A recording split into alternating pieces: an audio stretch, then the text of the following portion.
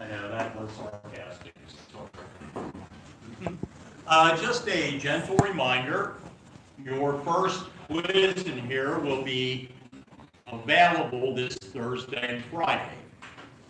Remember, you have a 48-hour window to take it from midnight on the 31st through, what is it? I guess the 31st. The 1st is when it will be open. Good morning. So it's set up just like the extra credit readiness quiz, if you took that. So it's going to be 25 multiple choice questions. And a little hint, a lot of the questions come straight out of the book. So, any questions about the quiz? What are the answers?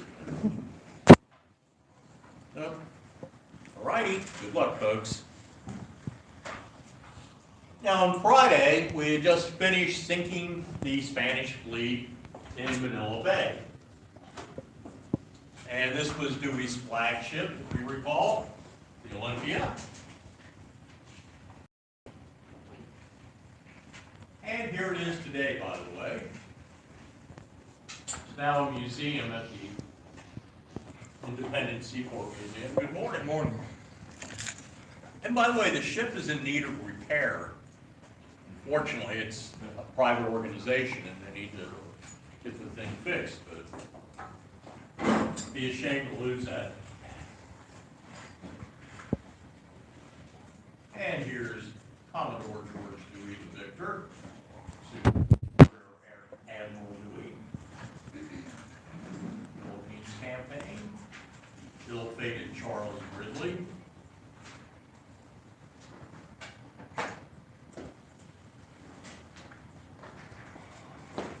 Morning.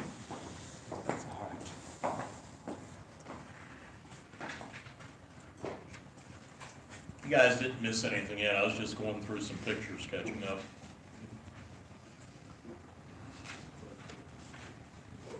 Now, we had taken Manila Bay, and as I pointed out, with that had to do with the war in Cuba. Correct link is there. Why do we want the Philippines? So why do we want the Philippines?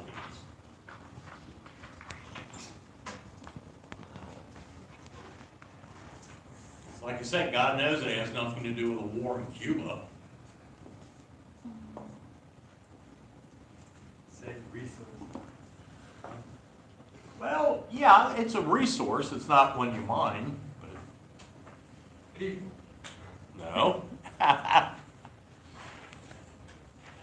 Subic Bay, Manila. One of the best natural harbors in all the Pacific. The U.S. will build a huge naval base there and maintain it till nearly the end of the 20th century. So that's why we wanted the Philippines. Now, obviously, the main effort's going to be Cuba. And the American Expeditionary Force will leave out of Tampa, Florida, and sail down to the southern tip and land what is now near Guantanamo, where the United States still maintains a military base.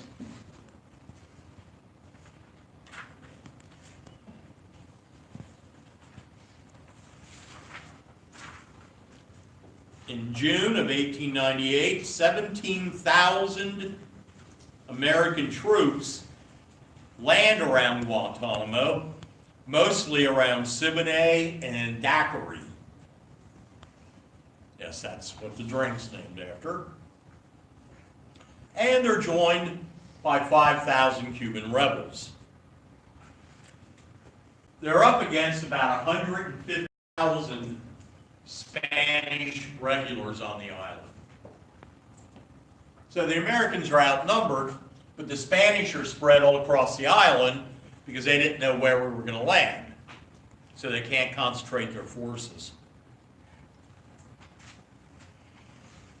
Probably the most famous battle of the war was Teddy Roosevelt's alleged charge up San Juan Hill.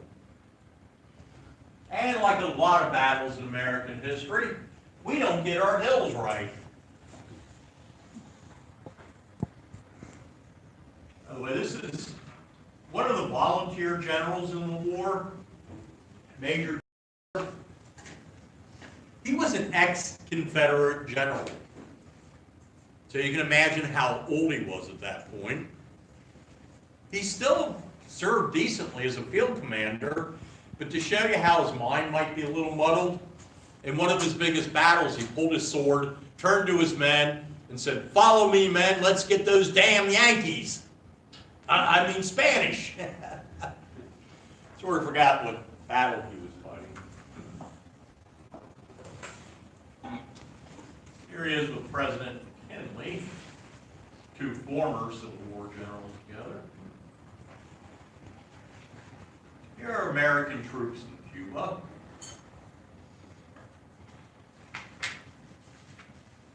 And here's San Juan Hill. Now, Teddy doesn't charge up San Juan Hill.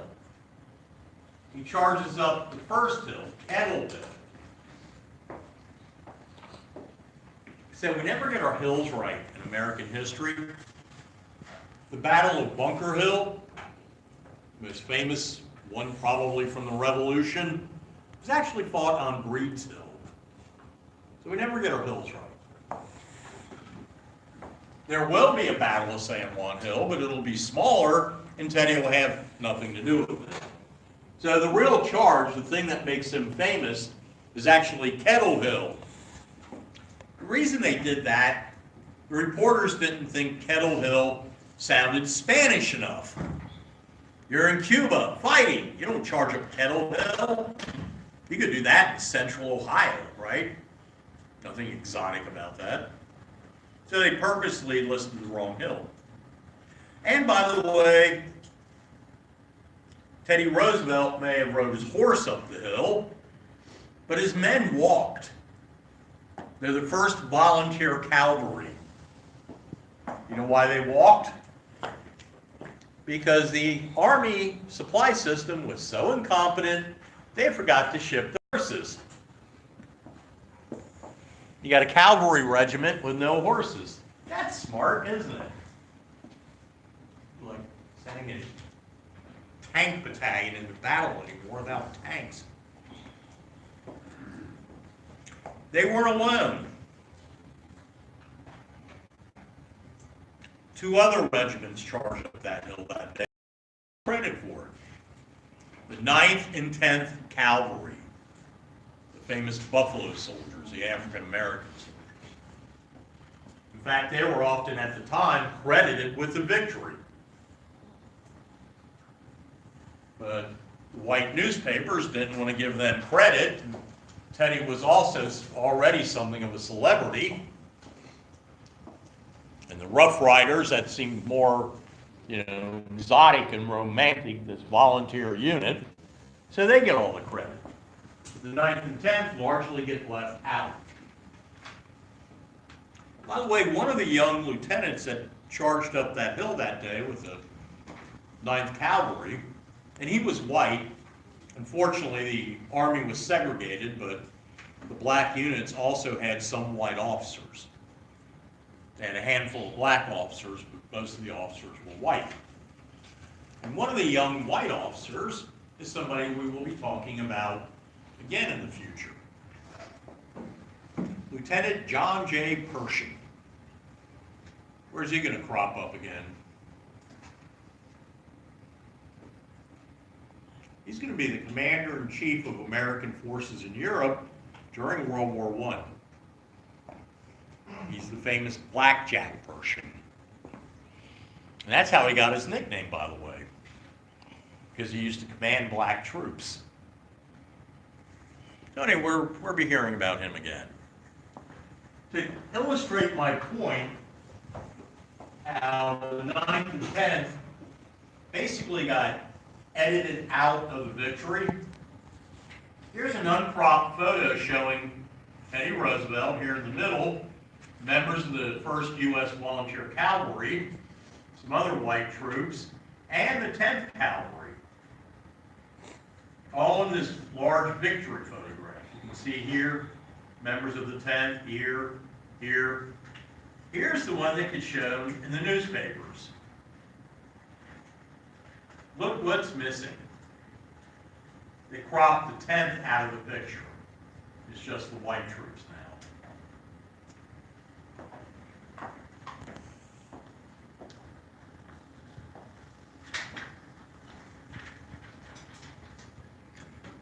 By the July 16th, Havana and nearly 24,000 Spanish troops surrender. And in late July, General Nelson Miles takes Puerto Rico.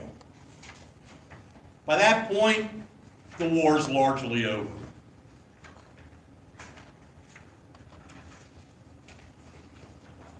In fact, on the 12th of August, the United States and Spain sign a preliminary armistice, a ceasefire. And like many armistices, it doesn't actually end the shooting.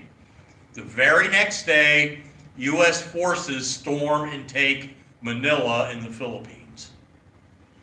Of course, the general in charge, Leslie Merritt, did not know an armistice had been signed. That was kind of typical before you had really reliable mass communication. So he didn't know the war was over and attacked and took Manila. But at any rate, the war's over by August 12th. How long did it last?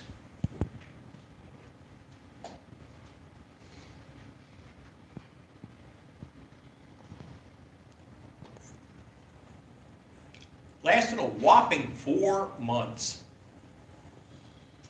How's that for a lengthy war?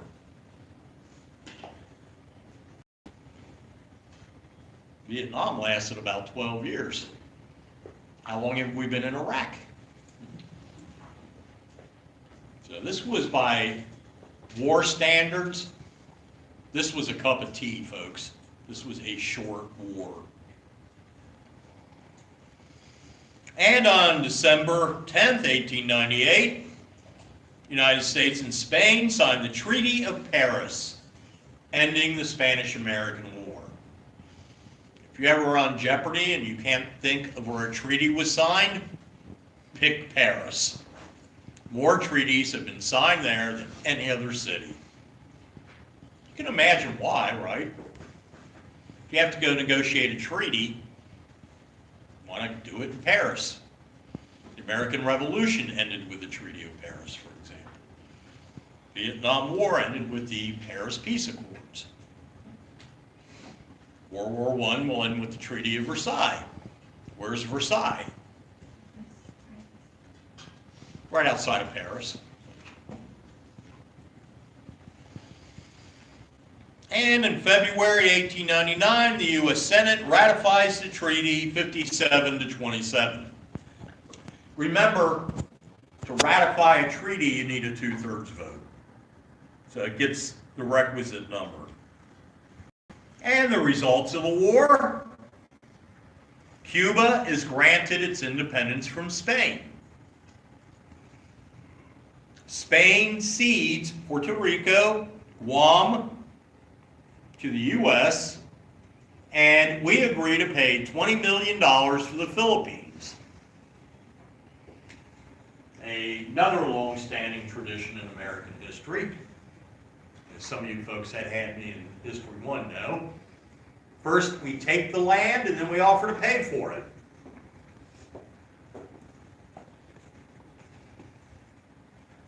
The war cost the United States $250 million, which was a lot of money back then, but obviously it's a pittance today.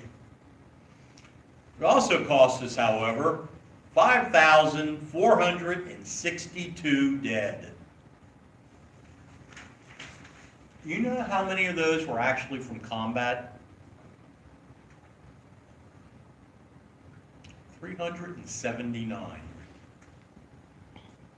What killed the other 5,000 and so?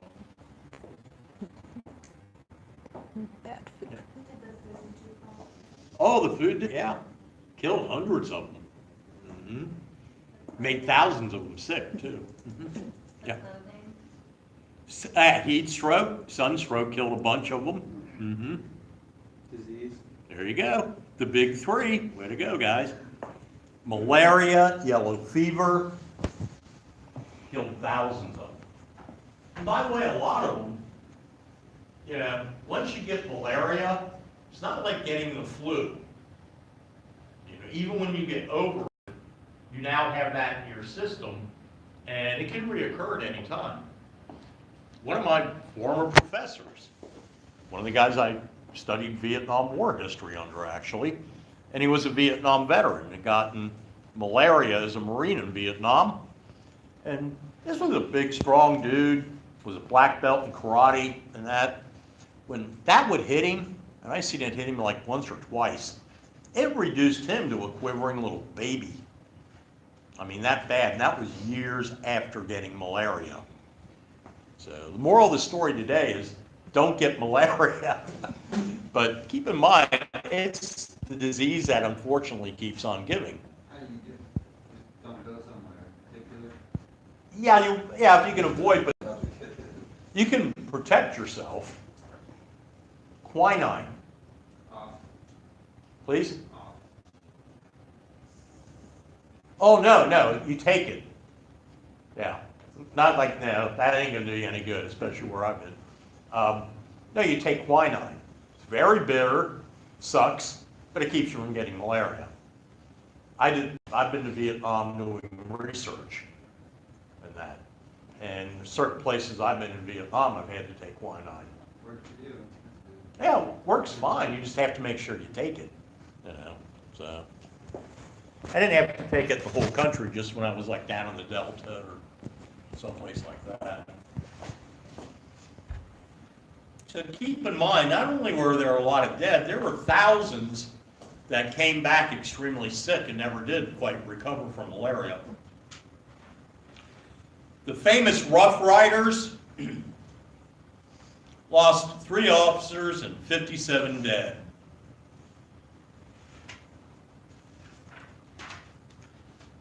Cuba was not freed immediately. We did not let go of it for 4 years. It was 1902 when the last U.S. officials left Cuba. So it was under military rule for 4 years, but we do eventually leave. And as much as we probably shouldn't be occupying another country, it actually paid dividends for the Cuban people. Major General John R. Brooke, who was the military governor of Cuba, was a progressive. And I'll explain what the progressives were in greater detail later this week. But basically, they were reformers. And they believed in using scientific methods, advanced administration, organization, things like that. And strangely enough, a lot of high-ranking Army officers were progressives. Leonard Wood, the guy that originally won the Rough Riders, was a progressive. And Teddy Roosevelt would be one of the greatest of them all, actually. They got their hands on Cuba, and they turned it into a progressive laboratory. They wanted to show what they could do, methods to problems. You ever hear of Walter Reed Hospital in Washington? Well, looks like you got out of it. Good for you. You know who it's named after? Walter Reed. Yeah. You know why they named it after him? No. He eradicated yellow fever in Cuba. He was one of those progressives I was talking about. And they did wonders down there. They got rid of yellow fever, and they didn't eradicate malaria, but they severely limited it. So, take it, your former military. I broke my back in Marine Corps after my big rotation there. Oh, man. That place is horrible. I mean, it's a great facility, but what you see there, They bled. I mean, that's where everybody goes. It gets the worst of the worst. You know? So, I'm glad you recovered, man. yeah, thanks. Yeah. Hopefully the back's better. Huh? That is what it is. Yeah, it's never gonna be the same, is it? Well, thank you anyway.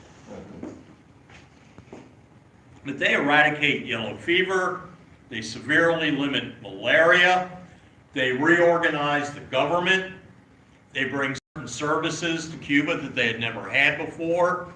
They actually clean up corruption in the government in Havana in the police department. So in 1902, military rule ends, and the United States gives Cuba a new constitution. Awfully damn nice of us, isn't it? We didn't let them write their own. We didn't even actually allow them to elect their own first government. They were handpicked by the United States. In the Cuban Constitution was something known as the Platt Amendment, P-L-A-T-T, giving the United States the right to interfere in Cuban affairs whenever we deem necessary.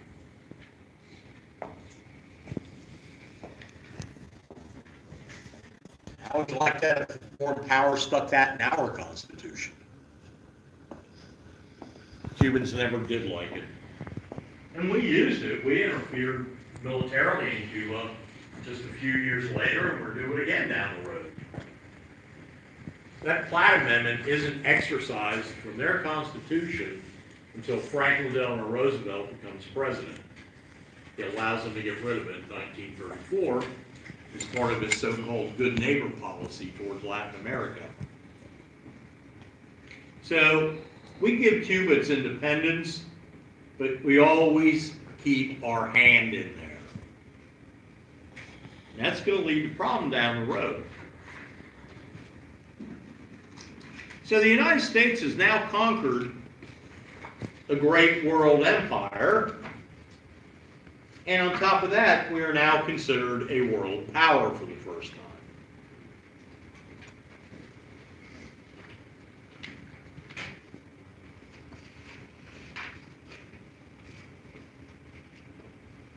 We also strengthened our presence in the Pacific and Caribbean during and after the war.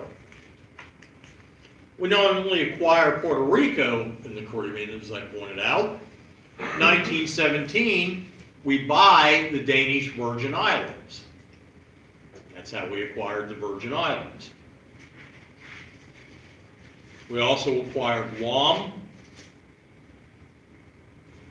as you know, Hawaii earlier. And we acquire Wake and several of the Samoan Islands.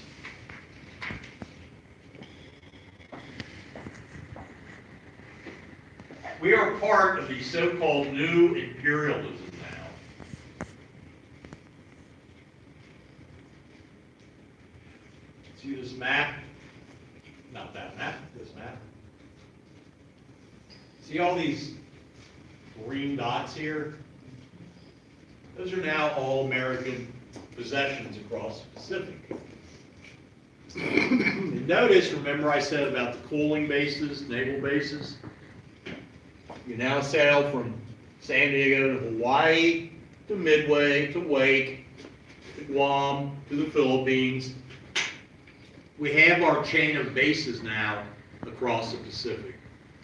Interestingly, at the same time, we're expanding this way. Another rising power is also expanding in the Pacific. Japan. They had only emerged as a modern industrialized nation in the late 19th century. I'll go into that in greater detail down the road. But as we're pushing this way, they begin to push this way. You see a problem developing down the road? Yeah, it's called World War II in the Pacific. Sooner or later, these two expansive powers are going to meet, and it's going to cause trouble. Ironically, it's going to be over China, but... So we're part of that imperialist club.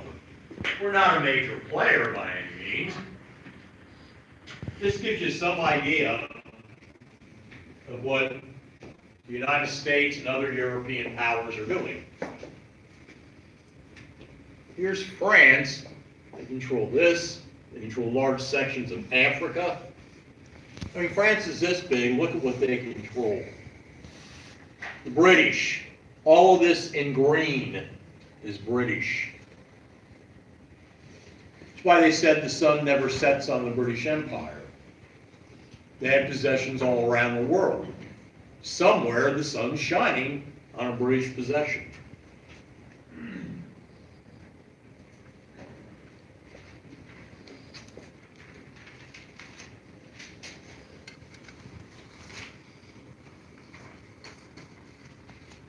Now, by and large, U.S. politicians and a lot of other leading citizens were quite pleased with the outcome of the Spanish-American War and America's rise as an imperial power.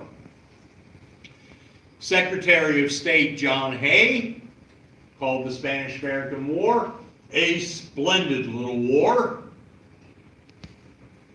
And Teddy Roosevelt, sounding somewhat like a surfer, called it an absolutely righteous foreign war. He didn't say like absolutely righteous or anything like that, but that always struck me as funny.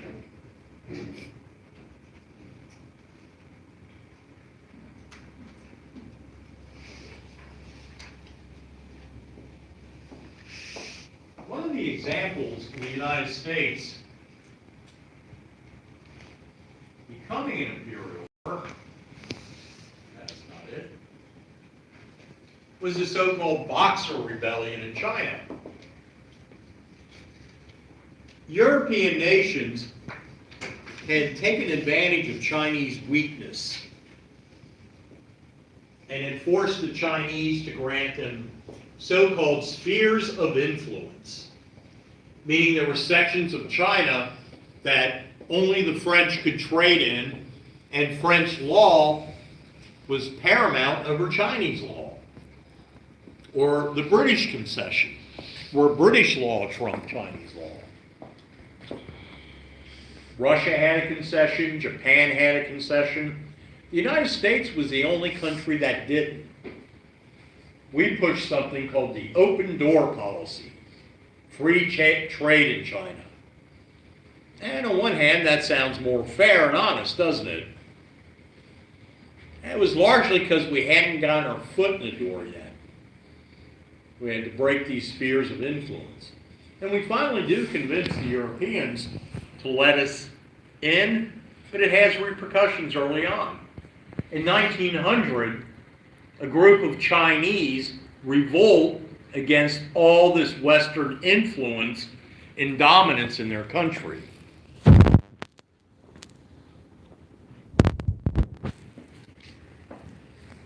They called themselves the Society of the Glorious Fist, which the West had to demean and call them the Boxers. They're trying to throw foreign influence out of China. How does this involve the United States? During the rebellion in 1900, all of the European delegations and the American delegation in what is now Beijing, back then they called it Peking, were under assault.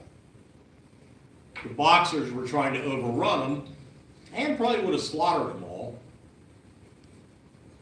The United States took its stand with the other imperial powers against China. And by the way, it was U.S. Marines guarding the U.S. combat. They get all the fun overseas duties. Yeah.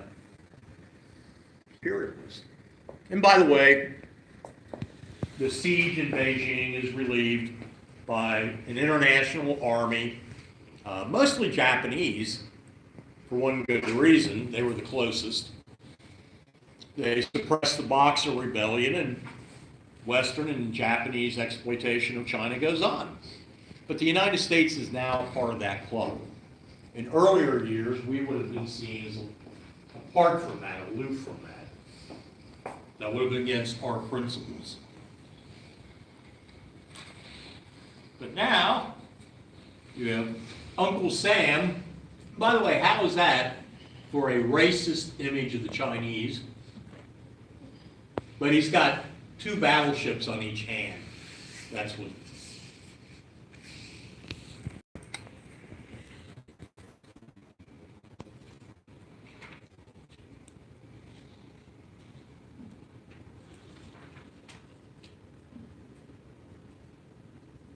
A lot of people were uneasy with America's new place in the world. Not everybody believed that being an imperial power was a good thing.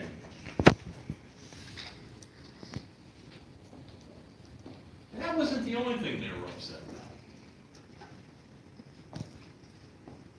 America's rise as a world power, its industrialization, its rapidly changing society, threatened certain segments of America, particularly rural America. They had largely been left out of the technological and industrial revolution of the late 19th century. By 1900, middle-class families on up, if you lived in a city or a big town, by then you probably had electricity.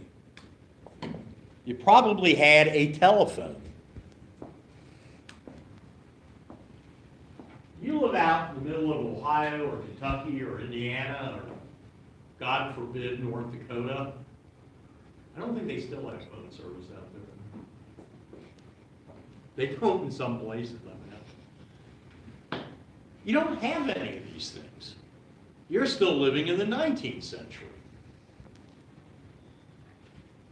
So rural America was beginning to feel left out and detached from the future of the nation.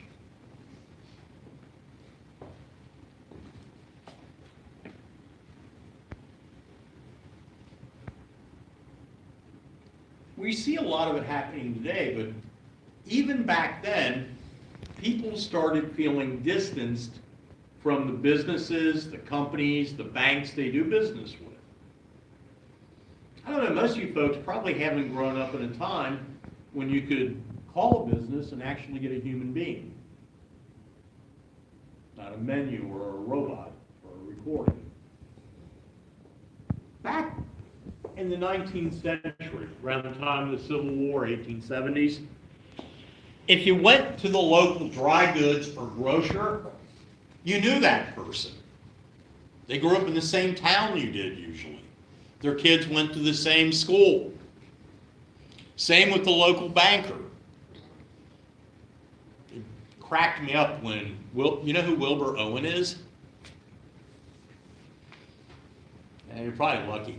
He's the billionaire Secretary of Commerce who, during the recent government shutdown, said, why should workers worry? They can just go to their local grocer or bank and they'll work with them. Are you going to walk into Kroger's today and say, hey, I can't pay for these groceries, can I have them until my check comes in? Yeah, they're going to say, yeah, take everything you need, aren't they? Or go to the bank and say, I can't pay my rent, can you lend me a few $1,000s interest-free until my government check comes through? I mean, they're going to be throwing the money at you, aren't they? And if you believe that, I got a bridge I'll sell you.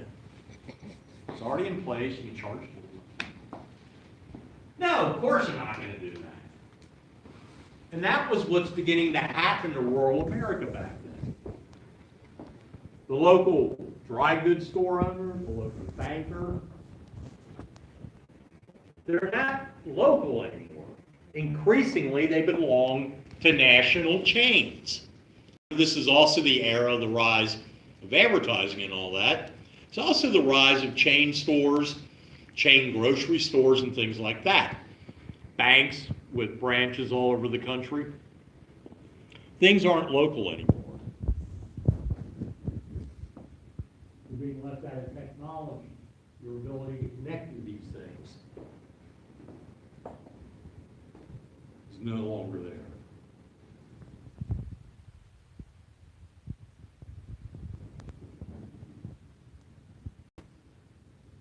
American farmers were very upset about these changes. And the one thing Americans usually do when they get upset is what?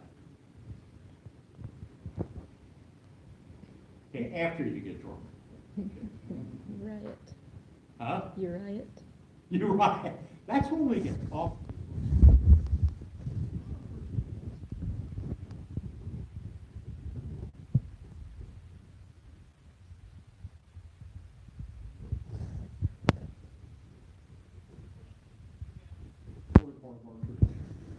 But before we riot, hmm? We organize. Yeah. Huh?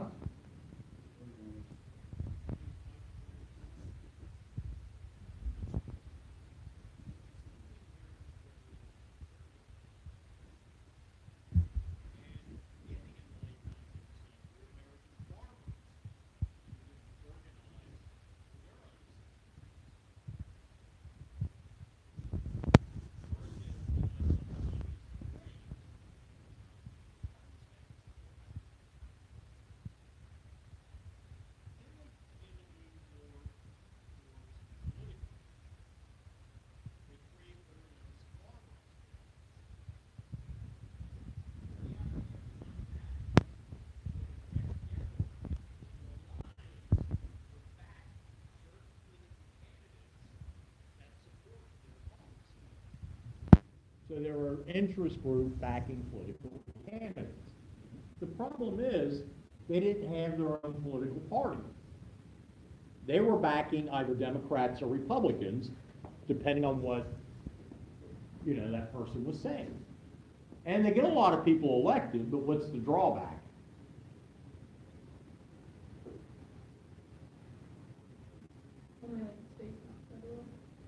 That's part of it at first. They have a lot of luck getting control on the state level, only to have the federal government override them. Yeah, I was gonna mention, that's not the immediate point of it, but you're right, yeah. What's the problem of backing a candidate from a different political party?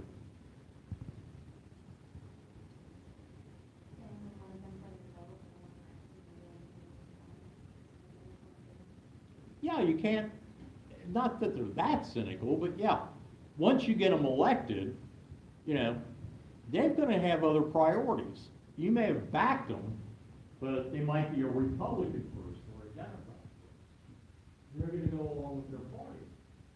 So you get candidates elected, you can't always get them to do what you want them to do. Heck, we see that when we elect candidates from specific parties. So,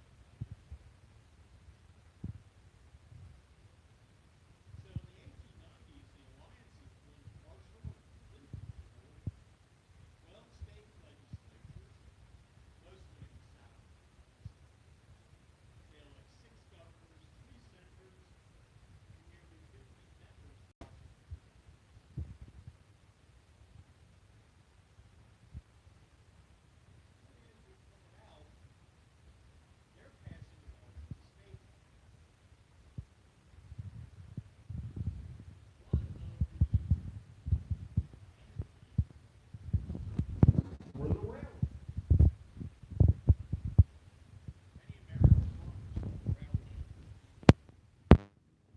And to some degree, they were right. The railroads were unfair to them. They had cut sweetheart deals with some of the large manufacturers, like Carnegie, and they would ship his steel at a fraction of the cost. They made enough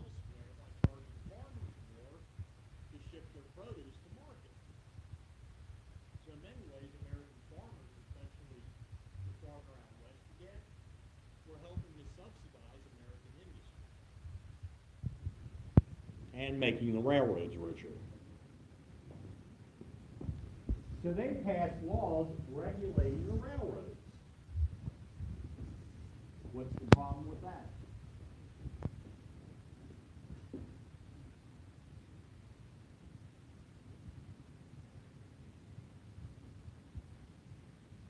Okay, how many railroads operate strictly within one single state? And none that I know of. I'm sure there are little ones, but most railroads are interstate, aren't they? Who has the right to regulate interstate commerce?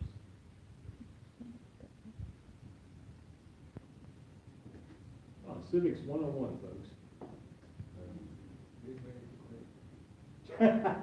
Who has the right in the government to regulate interstate commerce? Huh? Which branch? Congress. Only Congress. Read your Constitution, ladies and gentlemen. Yeah, only the House of Representatives can do it. I love it. I like to read a lot of the email comments and news articles. And the appalling ignorance that the mass of the American people have about American law and the Constitution never ceases to both amaze me and make me want to scream. Read the Constitution, folks. It won't take you that long. You know, 90% more than most people around you. In 1886, in the Supreme Court case of Wabash versus Illinois, the so-called Wabash case, they declared these kind of ranger laws, as you know, unconstitutional because they're trying to regulate interstate trade. So the farmers' alliances come to two conclusions. One, that the one that has to take the government. That's the only mechanism that can affect real change.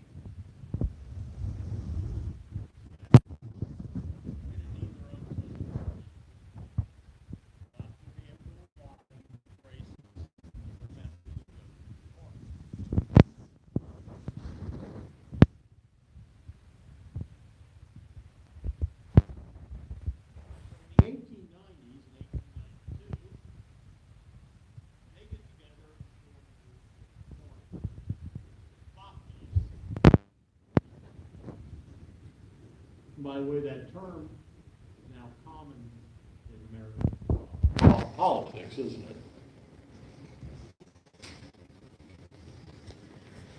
They take their name from the Latin word populus, the people. So in their mind, they're the People's Party. They had an organizing conference in Omaha, and then an elective conference here in Cincinnati, Ohio, a couple years later. Believe it or not, Cincinnati used to be considered one of the more radical cities in America. How times have changed. The populists have a rather radical platform. They wanted government regulation of railroads and banks. They wanted reform of the credit structure to allow farmers to use their crops as collateral for loans. They wanted to reduce the tariff. Remember, it's largely a protective tariff, and it's costing them money to protect American business. But they also want some other things that were radical concerns shared by other groups, radical for that day and age. One, they wanted the, quote, free coinage of silver.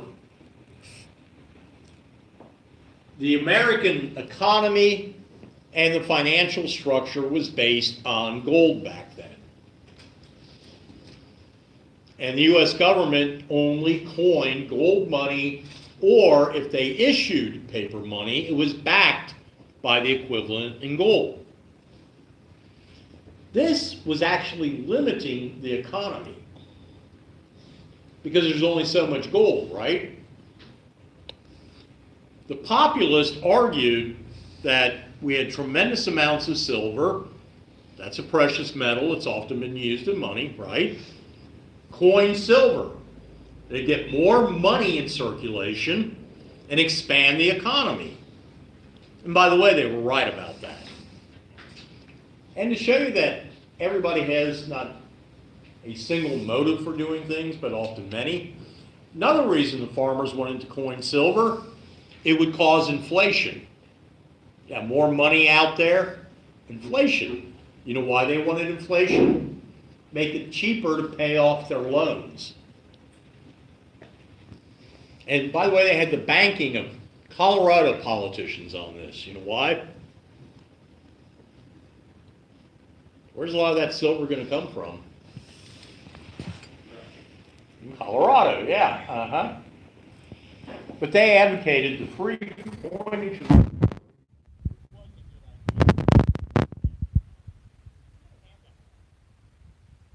is no longer based directly on gold. There's maybe a few cents worth of gold in Fort Knox for every dollar in your pocket, if that. We live in a modern electronic economy. It expands digitally, basically. If the stock market has a bad day, it could wipe out a few $100 billion from the economy. Or a good day, vice versa. They wanted a graduated federal income tax. Now I ask you folks, who in their right mind would advocate for an income tax? Who's the tax going to be on?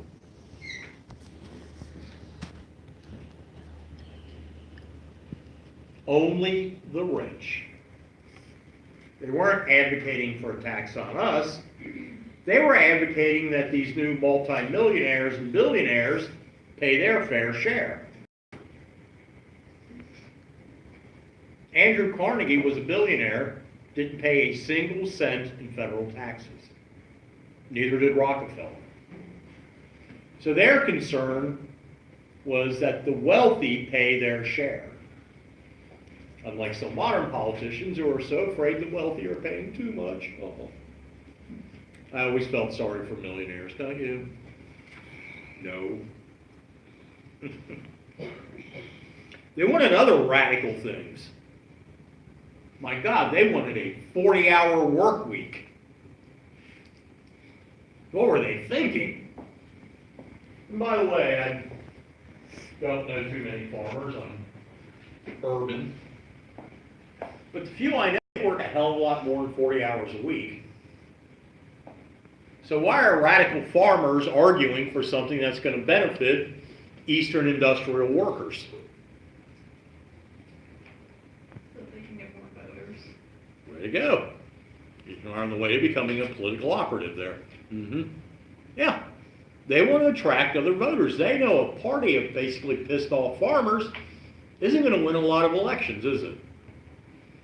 But if you attract other groups that are discontented, you're going to win a lot more elections, aren't you? And here's the most radical thing they advocated, and why a lot of people thought they were dangerous. You're smiling, you already know what it is. Thank you. Women's suffrage. Women's right to vote. My God, what were these people thinking, right? So the populists were considered very radical for their day and age. Now stop and think of their agenda. An income tax, regulation on banks and transportation, women's right to vote. Any of those things radical today? Every single one of those things is law today, isn't it? Yeah, so it was radical 130 years ago. It is now commonplace today.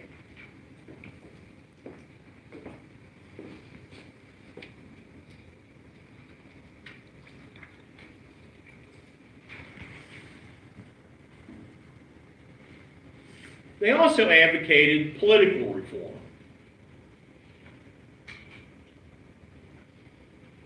They advocated direct primaries in political parties. Otherwise, allow party members to vote for the candidate of their party. Let the people have a voice in that. Nonpartisan election of judges.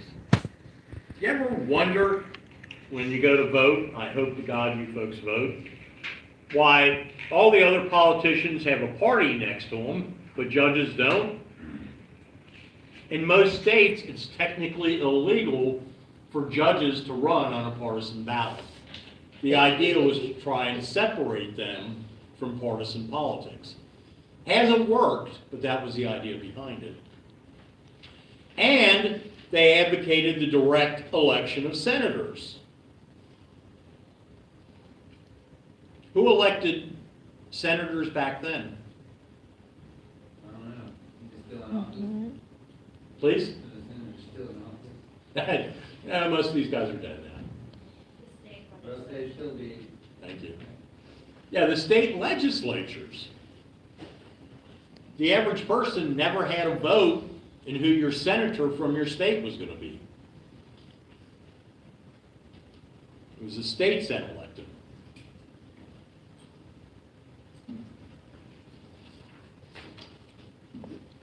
By the way, here's a populist cartoon. It gives you some idea how they felt about big business. Oh, here's a Granger cartoon showing the average American farmer as an unwelcome guest at a feast.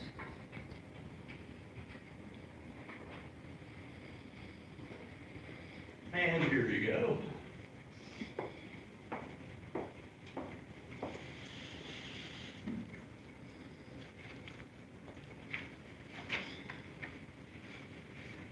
The populists are strongest in the South, the Midwest, and the Plains West.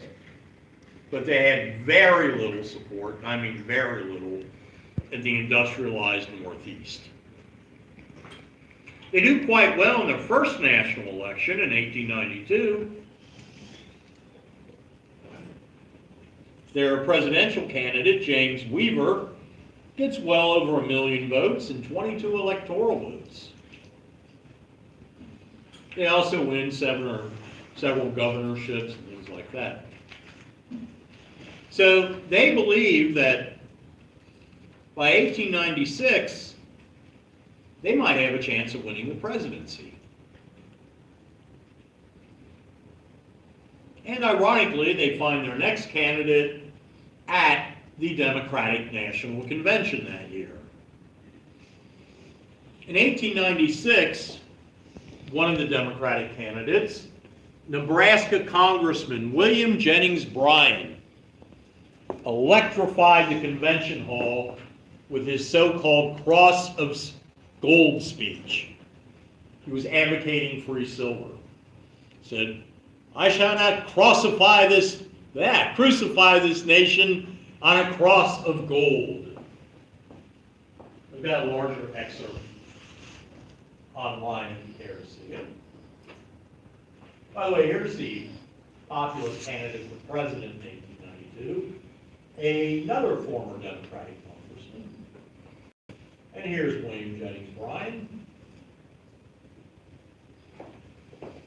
It not only gets him the Democratic nomination that year, but he's also going to become the populist candidate. So in the election of 1896, William Jennings Bryan is the candidate for two political parties, both the Democrats and the Populists. The Republicans renominate William McKinley.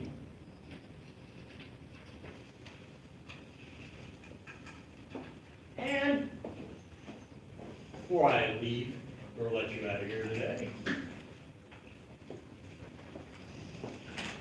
McKinley had a new running mate.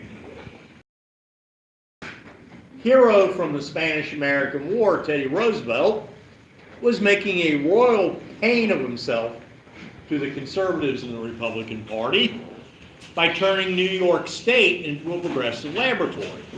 He had come home and got elected governor of New York. So they wanted to put him somewhere where he was going to be harmless, they thought. So they nominate him as the vice presidential candidate. And we'll see how that works out on Wednesday. Hey,